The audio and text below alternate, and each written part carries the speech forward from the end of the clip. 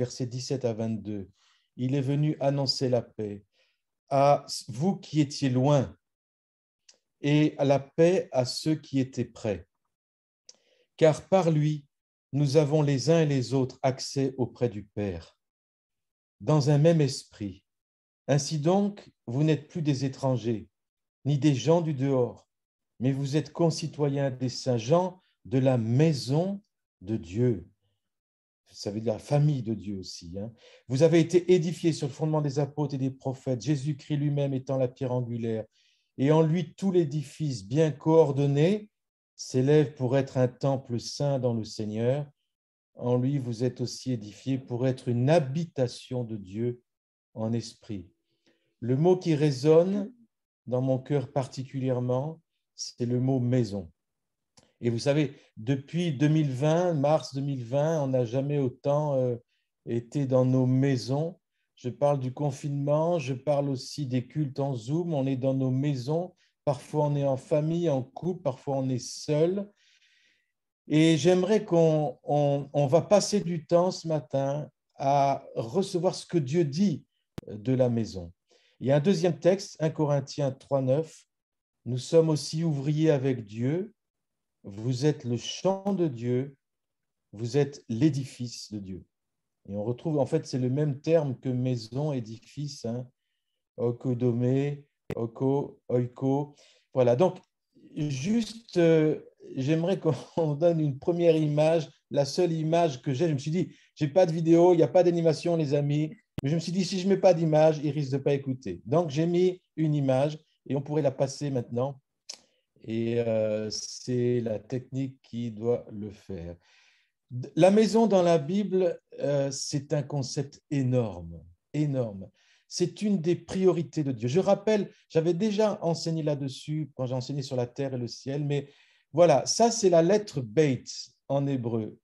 Et c'est la première lettre de la Genèse. Et je vois qu'il y a comme un problème dans le texte en bas qui a évincé, je ne sais pas ce qui s'est passé, la lettre Beit. Donc, cette lettre que vous voyez, c'est la première lettre de la Bible. Et là, il y a le premier verset. Étonnamment, cette lettre a sauté. Ce n'est pas normal. Bon. Donc, la lettre Beit, c'est au commencement, eh bien, la lettre Beit veut dire maison. Beit, ça veut dire maison. Voyez. Donc, ce n'est pas pour rien que la Bible commence par l'idée de maison. Et la forme de cette lettre, c'est aussi une forme de maison. Vous avez une sorte de U couché, mais ouvert. C'est une maison ouverte sur l'extérieur. Et vous avez ici, c'est un dessinateur qui a montré différents aspects de la création dans cette maison et en dehors. C'est une lettre qui est ouverte sur tout l'univers, voyez. Et ce point au milieu, là, le haut de la lettre, ça peut parler du ciel, le bas, ça peut parler de la terre, mais ce point, ça parle de la présence de Dieu. Ça peut parler de nous aussi. Ce que j'aimerais qu'on retienne, c'est la notion d'abri. La notion d'abri, mais en même temps un abri qui n'est pas fermé et qui est ouvert. Voilà, donc ce n'est pas pour rien que la Bible commence par cette lettre au commencement. Et ça commence par l'idée d'une maison. Et dans l'Apocalypse, on retrouve à la fin des Écritures cette idée de maison. C'est la maison du Père, la maison du festin, la maison des réjouissances. Donc ce concept de maison, il va être tout au long des Écritures. On peut ôter la lettre, merci Johan. Il va être tout au long des Écritures. Et voici quelques exemples. J'ai regardé, on trouve plus de 1800 fois dans l'Ancien Testament ce mot maison, beit en hébreu. Et dans la tradition juive aussi. Regardez, quelques exemples. Vous montrez la richesse de ce mot. Il est question de Beth Sefer, la maison du livre, de Beth Midrash, la maison de l'apprentissage, de l'étude, ce qui est appelé à être une école, par exemple, toute école. Bethléem, le lieu où Jésus est né, c'est la maison du pain, un lieu de restauration. Beth Israël, la maison du peuple d'Israël. Israël est considéré comme une maison. le peuple tout entier. Hein. Ce n'est pas seulement des individus, les maisons, des villes et des villages, c'est des peuples et des nations. Hein. Ensuite, vous avez Beth Olam, la maison du repos. Beth Knesset, donc c'est la synagogue, mais c'est aussi le parlement, la Knesset en Israël, le parlement. Donc Beth Knesset, c'est le lieu de gouvernement. Une maison dans la Bible est aussi un lieu de gouvernement. Hein. Beth Tefila, maison de prière, c'est Jésus qui va reprendre ce terme, mais déjà dans Ésaïe 56, que Jésus va citer, il est dit, verset 7, « Je les amènerai sur ma montagne sainte, je les réjouirai dans ma maison de prière, leurs holocaustes, leurs sacrifices seront agréés sur mon autel, car ma maison sera appelée une maison de prière pour tous les peuples. » Et Bethel, elle, c'est Dieu, Beth, maison, la maison de Dieu. Bethel aussi. Et vous, dès le début des Écritures, les premières mentions de maison de Dieu, on retrouve ça avec Abraham, hein, qui a vécu dans sa pérégrination des moments forts de révélation de Dieu, où il a chaque fois construit un autel. Et bien, un de ces événements, c'est Bethel. Il a construit un autel là parce que Dieu s'est révélé à lui. Donc la maison, c'est aussi un lieu de révélation. Une première fois, après Genèse 12, on a Genèse 28. Et là, j'aimerais qu'on s'arrête un tout petit peu sur cette première mention, une des premières mentions de la maison de Dieu, c'est Jacob. Jacob qui vit un temps très difficile. Et peut-être un peu comme les temps que nous vivons aujourd'hui, un peu différemment bien sûr, mais c'est quand même pas facile. Et Jacob, il s'est enfui de la maison de son père parce qu'il a fui la colère de son frère. Vous savez, il avait usurpé la bénédiction là. Et il se retrouve paumé dans le désert, couchant à la belle étoile, ayant plus rien, ayant quitté toute la famille, partant pour un pays qu'il ne connaît pas. Et là, à partir du verset 10, il est dit, Jacob partit de Beersheba et alla à Charan. Il arriva dans un lieu où il passa la nuit. Le soleil était couché. Il y prit une pierre dont il fit son chevet et il se coucha dans ce lieu-là. Il eut un songe et voici une échelle était appuyée sur la terre et son sommet touchait le ciel. Et voici des anges de Dieu montaient et descendaient par cette échelle. Et voici l'Éternel se tenait au-dessus d'elle et il dit, je suis l'Éternel, le Dieu d'Abraham, ton père, le Dieu d'Isaac. La terre sur laquelle tu es couché, je la donnerai à toi, à ta postérité. Ta postérité sera comme la poussière sur la terre. Tu l'étendras de l'Occident à l'Orient, au septentrion et au midi, et toutes les familles de la terre seront bénies en toi et en ta postérité. Voici, je suis avec toi, et je te garderai partout où tu iras. Je te ramènerai dans ce pays, car je ne t'abandonnerai point, que je n'ai exécuté ce que je te dis. Jacob s'éveilla de son sommeil, et il dit, certainement, l'Éternel est en ce lieu, et moi je ne le savais pas. Il eut peur et il dit que ce lieu est redoutable. C'est ici la maison de Dieu, et c'est ici la porte des cieux. Donc, vous voyez, dans un contexte de fuite, dans un contexte de dépouillement, dans un contexte de peur et de solitude et de désert, eh bien, la maison de Dieu, ce concept de maison s'est révélé comme jamais. Et cette maison, c'est la présence de Dieu. Cette maison, c'est la terre qui est au contact avec le ciel. La maison de Dieu, c'est le contact renouvelé de l'alliance que Dieu a faite avec Abraham et Isaac. C'est aussi le contexte de la promesse qui est renouvelée. Mes amis, j'aimerais dire que nous sommes de la maison de Dieu et nous sommes concitoyens des saints. Et étant membres de la maison de Dieu, comme Jacob, nous pouvons réentendre les promesses, l'alliance éternelle de Dieu et la révélation de l'héritage qui est le nôtre. Tu es peut-être dans le désert aujourd'hui. Tu ne sais plus où tu en es. Tu as l'impression qu'on manque de communion. Tu es tout seul dans ta maison. Mais ta maison est un lieu qui peut devenir, qui doit devenir la maison de Dieu. Et cette maison où Dieu rappelle les promesses, où Dieu rappelle l'alliance. Et la révélation de Dieu que Jacob a eue, en haut de l'échelle, Dieu lui parle, Dieu se révèle à lui. Et ça fait de lui un patriarche. le patriarche, un homme d'autorité qui va recevoir une autorité. Vous savez, la révélation que tu reçois de Dieu dans sa maison, chez toi, là, qui peut devenir maison de Dieu, qui est appelée à être maison de Dieu, eh bien, c'est la révélation, c'est à partir de ça que tu reçois l'autorité. L'autorité nous est donnée dans la proportion de la révélation que nous avons de Dieu et pas de la révélation des autres. Si nous sommes dans des temps où nous avons l'impression d'être coupés certainement d'une certaine communion, une certaine forme de communion, Dieu dépouille pour qu'on revienne au cœur de ce qu'est sa maison. Sa maison, ce n'est pas le bruit. Sa maison, ce n'est pas des instruments de musique. Sa maison, ce n'est pas le contact physique les uns avec les autres. Sa maison, c'est un lieu de révélation où Dieu descend rencontrer ses enfants. Tu fais partie de la maison de Dieu. Psaume 23, le bonheur et la grâce m'accompagneront tous les jours de ma vie et j'habiterai dans la maison de l'Éternel jusqu'à la fin de mes jours. Mes amis, notre héritage, c'est d'être de la maison de Dieu. Psaume 27, 4, je demande à l'Éternel une chose que je désire ardemment. Je voudrais habiter toute ma vie dans la maison, Baït, toujours ce terme-là de l'Éternel, contempler la magnificence de l'Éternel, admirer son temple. Psaume 84, mieux vaut un jour dans tes parvis que mille ailleurs, je préfère me tenir sur le seuil de la maison, Baït, de mon Dieu, plutôt que d'habiter sous les tentes de la méchanceté.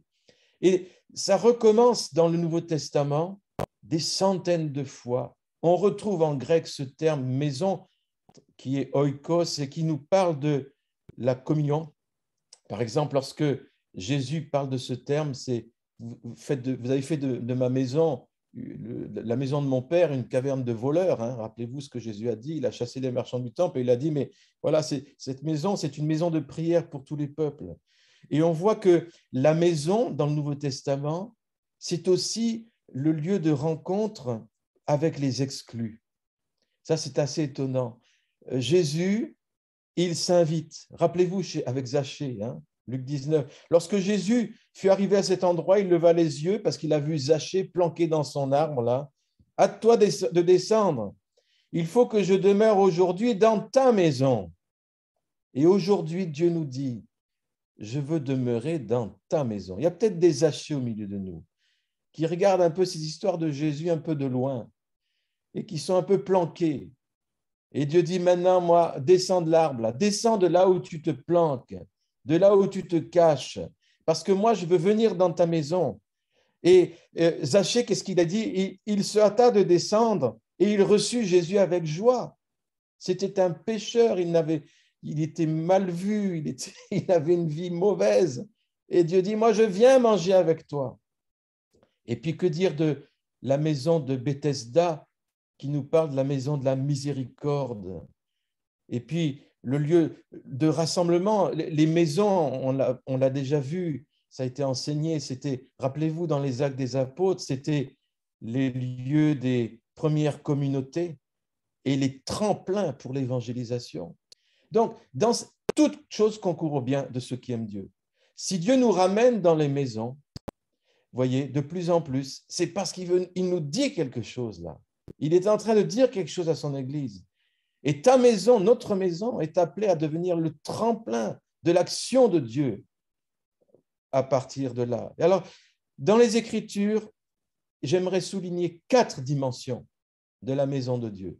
Au début, je voulais intituler ce message « Les 4 maisons de Dieu ». Mais en fait, c'est la même maison, mais dans ces 4 dimensions. Moi, je vous propose un parcours en 4D. C'est toujours bien de voir en 4D et Dieu veut nous faire voir sa maison, comment il la voit en 4D. La première dimension de la maison de Dieu, c'est que c'est la dimension de l'univers. Et on en avait déjà parlé, on voit cette révélation-là, déjà chez les moines irlandais, on voit cette révélation très forte que Dieu il est le Dieu de toute la création. Et donc, la création est un lieu d'adoration. D'ailleurs, relisez Ésaïe, on voit que toute la création célèbre les arbres, les fleurs, les montagnes, les astres. Et en fait, c'est comme si cette création était un immense temple d'adoration où chaque créature adore et loue. Ça, c'est l'univers. Et rappelez-vous, il y a déjà quelques années, je pense encore sur le site, on a fait une étude sur la terre et le ciel. Mais lorsque dans Genèse, au chapitre 1, il est dit par exemple que Dieu appela le sec la terre, il appela l'amas des eaux mer, eh bien le mot mer, par exemple, c'est le mot mikvé, qui est le même mot qu'on retrouve dans la description du temple de Salomon, c'est les bassins de purification. Donc, ce terme mer, c'est le même vocabulaire que les bassins, que le temple, que le vocabulaire du temple. Et là, Dieu nous parle de quelque chose. Je rappelle aussi quand il est dit, verset 14, Dieu dit qu'il y ait des luminaires dans l'étendue du ciel pour séparer le jour d'avec la nuit, que ce soit des signes pour marquer les époques. Le mot luminaire, c'est le même terme qu'on retrouve dans le mobilier du tabernacle, pour éclairer le tabernacle. Donc, ça montre bien que la maison de Dieu, c'est l'univers tout entier. C'est l'univers tout entier. Et c'est pour ça que, par exemple, Moïse se retrouve dans le désert et Dieu lui dit « ôte tes sandales, car le lieu sur lequel tu es est un lieu saint. » Il était en plein désert, mais toute la terre appartient à Dieu. Et la plus grande guérison de la présence, au travers de la présence de Dieu, c'est une guérison de tout l'univers. Et je rappelle ce qu'on a souvent répété, c'est que le sang de Jésus, ce n'est pas seulement pour laver les péchés individuels, mais le sang de Jésus, c'était pour réconcilier le cosmos tout entier, pour amener la réconciliation et la guérison sur tous les aspects individuels, corporatifs, tous les aspects de la création. Donc, voyez, la maison de Dieu, c'est l'univers entier. Ésaïe 11, la terre sera remplie de la connaissance d'Éternel comme le fond de la mer par les eaux qui le couvrent. Ésaïe 66, 1, ainsi par l'Éternel, le ciel est mon trône, la terre est mon marchepied. Quelle maison pourriez-vous me bâtir et quel lieu me donneriez-vous pour demeure? Ça, c'est la question que Dieu pose, parce que ma demeure, dit Dieu, c'est la terre entière. Donc, quelle maison pourriez-vous me bâtir, voyez? Deuxième aspect de la maison, eh bien, c'est la maison de Dieu, c'est son peuple, c'est l'Église aussi. Alors, c'est son peuple d'Israël, maison de Dieu, c'est une maison, mais l'Église est la maison de Dieu. Et le peuple, la maison de l'Éternel, ça peut être une nation entière comme Israël, mais ça parle aussi du corps de Christ, tous les rachetés. Le texte qu'on a lu d'Éphésiens, faites partie de la maison de Dieu, concitoyens des saints, ça nous parle de l'Église. Alors, communauté des croyants, regardez, Hébreux 3, versets 5 et 6. Moïse a été fidèle dans toute la maison de Dieu comme serviteur pour rendre témoignage de ce qu'il devait annoncer, mais Christ l'est comme fils sur sa maison. Et regardez ce qu'il est dit, et sa maison, c'est nous. Voilà. Alors, répète, tu es derrière ton micro là ou tu peux ton ordinateur, mais tu peux répéter, ta maison, Seigneur, c'est moi. Ta maison, c'est nous. Disons-le ce matin. Ta maison, c'est moi. Ta maison, c'est nous. Donc, c'est le lieu de rassemblement des premiers chrétiens. Rappelez-vous, ils allaient fidèlement dans le temple, acte 2, ils rompaient le pain dans leur maison. Et ils préparaient le repas avec allégresse, simplicité. Et dans tout le livre des Actes, les maisons, ça revient sans arrêt. Les maisons, lieu de la gloire. Et rappelez-vous notre vision et mission en tant qu'Église Josué. J'espère que vous en souvenez quand même. L'Église Josué, une famille. On pourrait même traduire par maison, une famille qui célèbre la présence de Dieu comme on l'a fait ce matin, mais ce n'est pas que le dimanche, hein, qui manifeste son amour et qui incarne son royaume. Mes amis, n'oublions pas la mission pour laquelle Dieu nous a rassemblés. Donc, ces églises des Actes des Apôtres, ces églises de maison, sont à l'origine de la croissance du christianisme des 3 premiers siècles. Et si peut-être Dieu permet qu'il n'y ait pas de si grands rassemblements, c'est parce qu'il faut qu'on revienne aux fondamentaux de la maison. Donc ça, c'est le deuxième aspect de la maison. Premier aspect, l'univers. Deuxième aspect, le peuple de Dieu. Troisième aspect, eh bien, la maison, c'est moi. Moi, personnellement. 1 Corinthiens 6, 19, 20. Ne savez-vous pas que votre corps est le temple du Saint-Esprit qui est en vous, que vous avez reçu de Dieu et que vous ne vous appartenez pas à vous-même, car vous avez été racheté à un grand prix? Glorifiez donc Dieu dans votre corps et dans votre esprit qui appartiennent à Dieu. Quand on a pris la Sainte Seine, on proclame aussi qu'on ne s'appartient pas et que nos corps appartiennent à Dieu et qui sont le tabernacle de Dieu. C'est incroyable cette idée. Le tabernacle, cette vérité.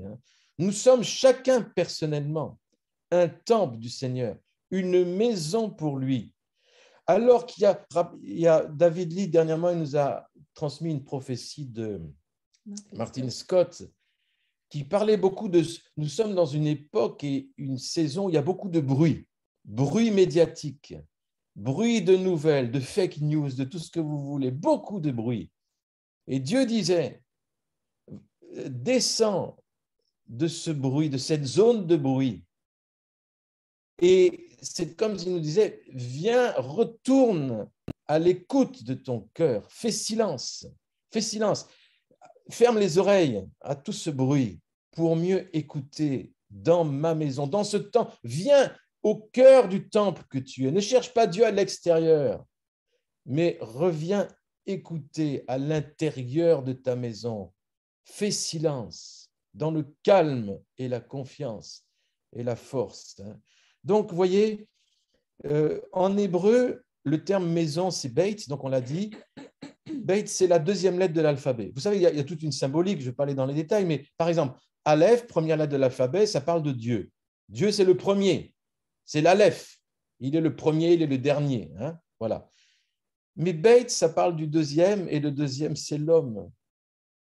Ça parle de l'homme qui vient juste après Dieu. Mais l'homme, c'est Beit, c'est une maison.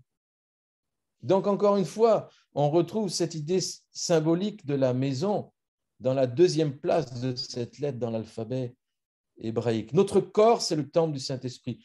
Nous pouvons aller à la rencontre de Dieu dans notre vie intérieure. Je suis persuadé que dans ces temps que nous vivons, un des objectifs de Dieu, c'est développer notre vie intérieure. Dieu efface beaucoup de choses extérieures. Et c'est un temps où il le permet. Non pas que ces choses étaient mauvaises, mais tout ce qui est extérieur n'a que peu de valeur si l'intérieur n'est pas rempli. Voyez?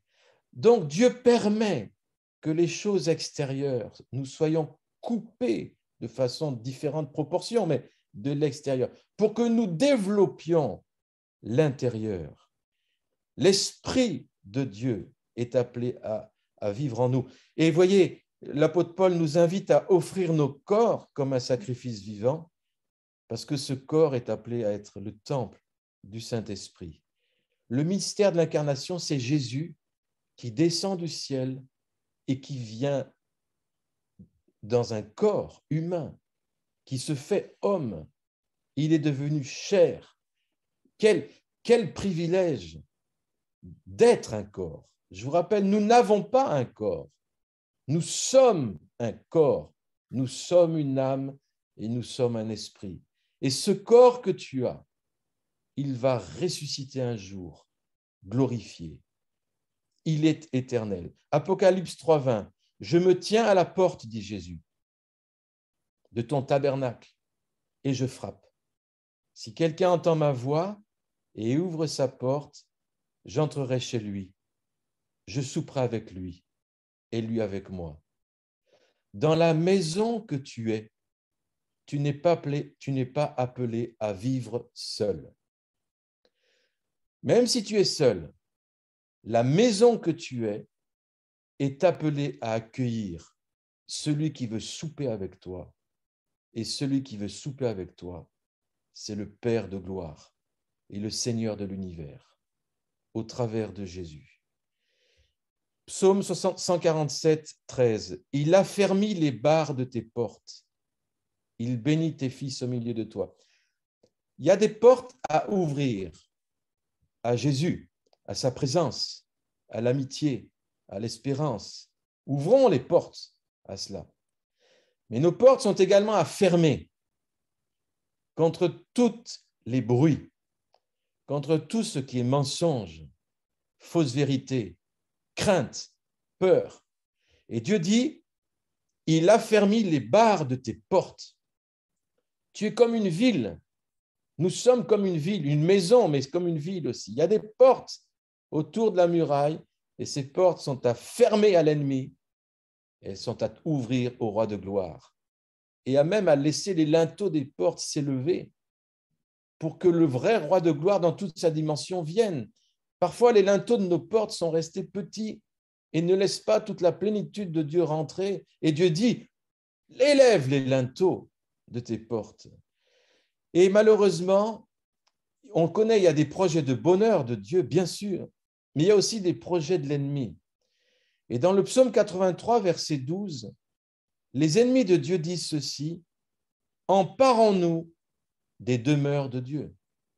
Emparons-nous des maisons de Dieu. » Donc, il y a une guerre au niveau des maisons. Il y a une guerre au niveau des maisons. La maison que tu es, il y a une guerre parce que quelqu'un veut la prendre. La maison de l'univers, quelqu'un veut l'usurper et prendre dans différents domaines de la société. Et le Seigneur te dit, attention, tu ne peux pas être, la fleur au fusil. Nous sommes en guerre. La maison de toute la création, elle est en guerre. La maison qu'est le peuple de Dieu, la famille de Dieu, elle est en guerre. Et la maison que tu es, l'ennemi veut la détruire. Emparons-nous des demeures de Dieu. Alors, la première chose, Seigneur, on t'invite dans notre maison. Peut-être tu l'as invité le jour de ta conversion, mais le Jésus que tu connaissais à ta conversion, eh bien peut-être qu'il y a d'autres facettes, d'autres dimensions de ce Jésus, Lion de Juda, à recevoir pleinement dans ta vie. Et vous savez, Jésus, Matthieu 21, versets 12 à 17, Jésus, il entre dans le temple, il chasse tous ceux qui vendaient, qui achetaient dans le temple de Dieu. Il a renversé les tables des changeurs, les sièges, les vendeurs de pigeons.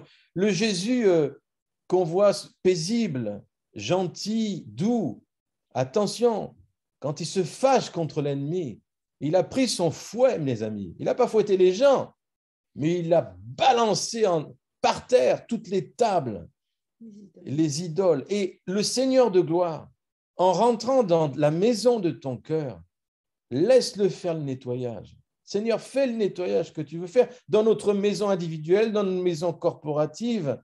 Vous voyez, fais tout ça. Et là, je cite le texte.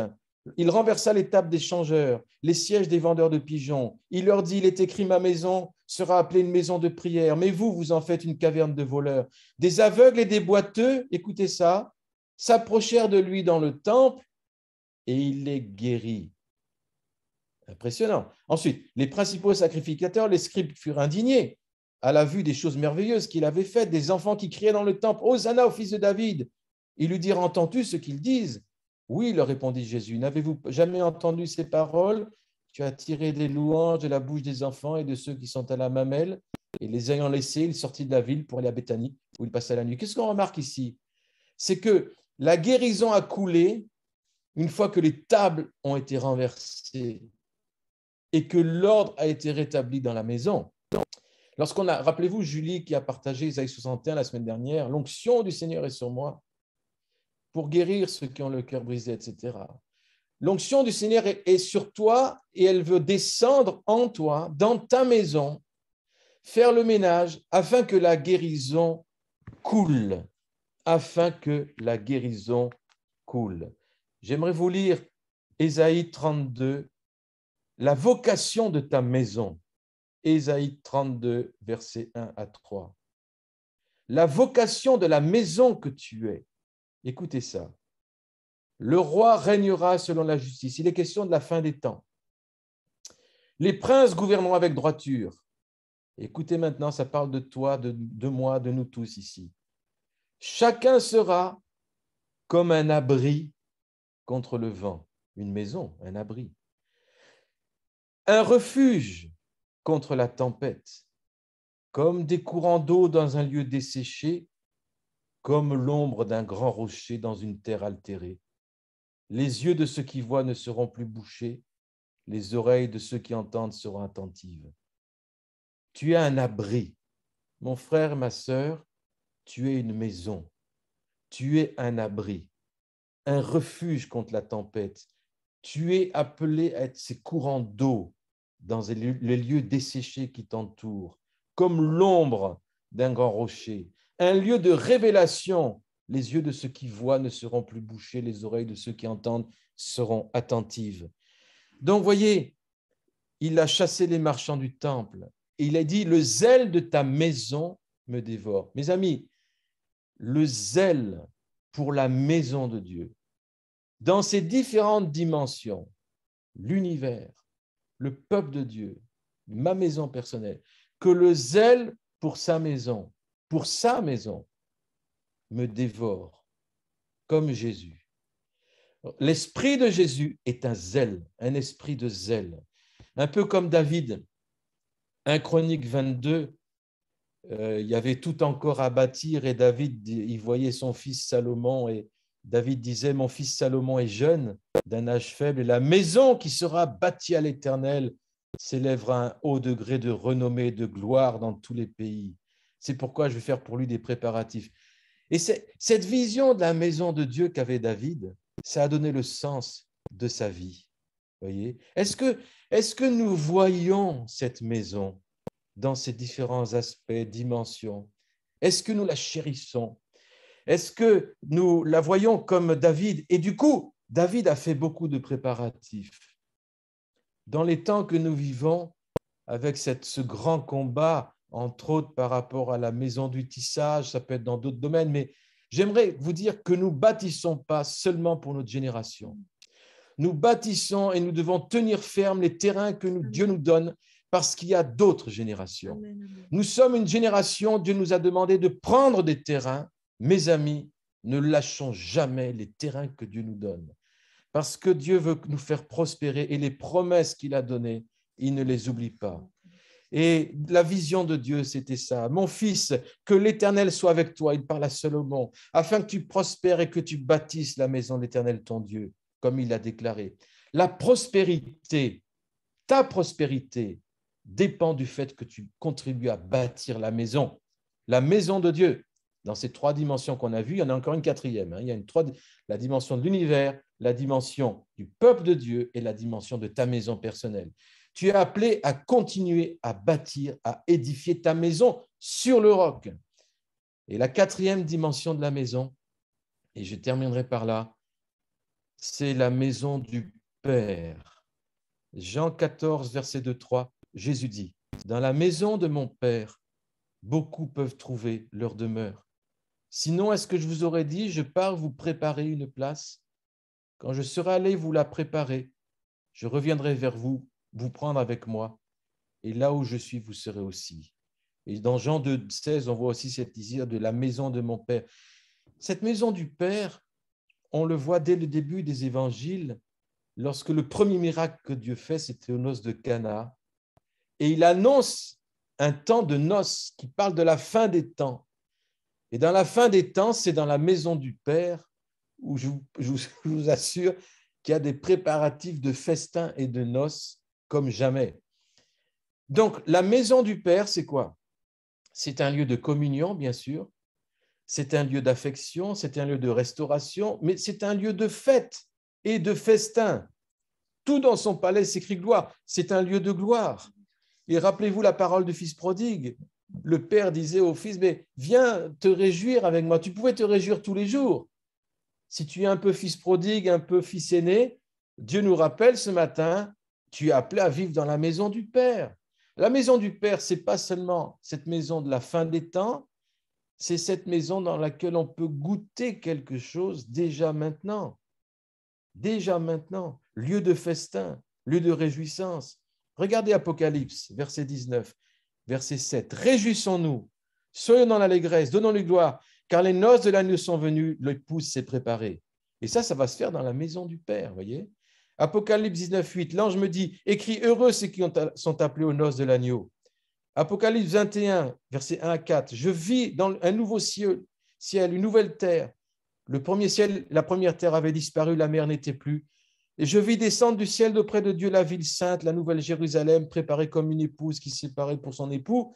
Et j'ai entendu du trône une voix forte qui disait, voici le tabernacle de Dieu avec les hommes, la maison de Dieu, le tabernacle de Dieu avec les hommes.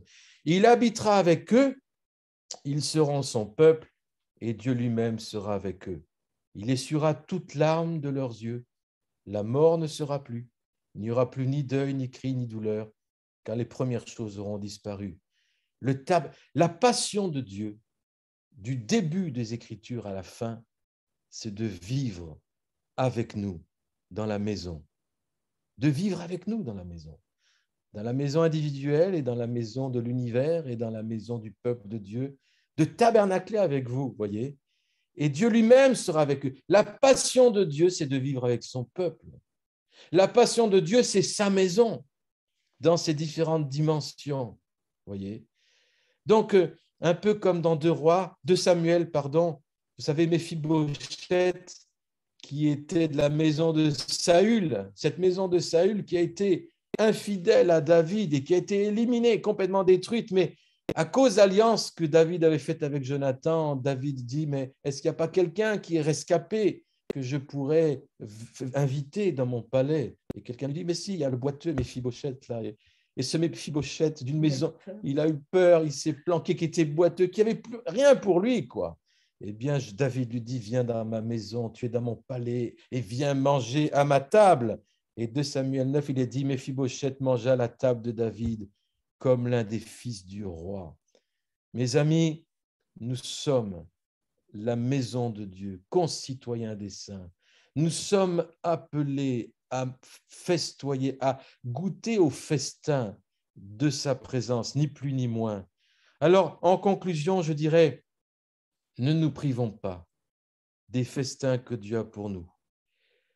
Centrons notre attention sur les différentes facettes de la maison de Dieu, dont la facette individuelle aussi, qui est notre temple personnel, qui est très important, et à partir duquel Dieu veut développer toutes les autres dimensions. Continuons à bâtir nos maisons et prenons soin de nos maisons. Voyez, ayons du zèle pour nos maisons. Ayons du zèle pour nos maisons. Seigneur, merci. Merci, Seigneur. Merci pour ce beit, cette maison. Et nous étions des gens du dehors. Et tu nous as fait venir à toi, dans ta maison, participer au privilège des fils et des filles de roi. Et Seigneur, de notre maison qui est notre temple individuel, tu veux goûter et souper avec nous et en faire un palais. Seigneur, alors que nous sommes parfois privés d'une communion en présentiel, de la notion de famille de Dieu, cette notion de vivre ensemble physiquement, mais nous avons l'immense privilège d'appartenir à la famille de Dieu, aussi au niveau spirituel. Et en tant que maison individuelle, Seigneur, je te prie que chacun de nous, tu fasses de nous ces abris contre le vent, ces refuges contre la tempête et des lieux de courant d'eau pour désaltérer une terre desséchée autour de nous. Que dans nos maisons, nos yeux voient et nos oreilles entendent.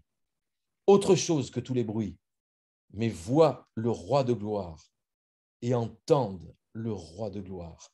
Comme Jacob dans le désert, qui a entendu Dieu lui dire, « J'ai pas fini avec toi, je rappelle mes promesses et je serai avec toi. » Seigneur, fortifie notre assemblée, Seigneur.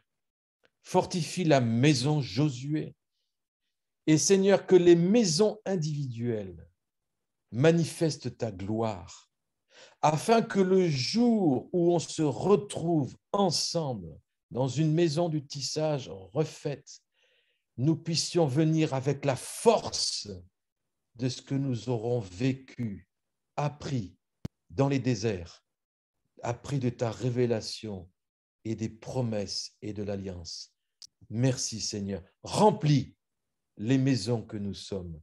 Et s'il y en a un seul au milieu de nous qui a besoin de dire à Jésus, viens dans ma maison, parce que Jésus dit, je frappe à la porte de ta maison, et bien qu'il puisse le faire aujourd'hui. Jésus est venu dans la maison de Zachée. Il vient dans nos maisons sales, dans nos maisons où il y a tout en désordre. Mais invitons-le tout à nouveau ce matin. Merci Seigneur. Amen. Amen.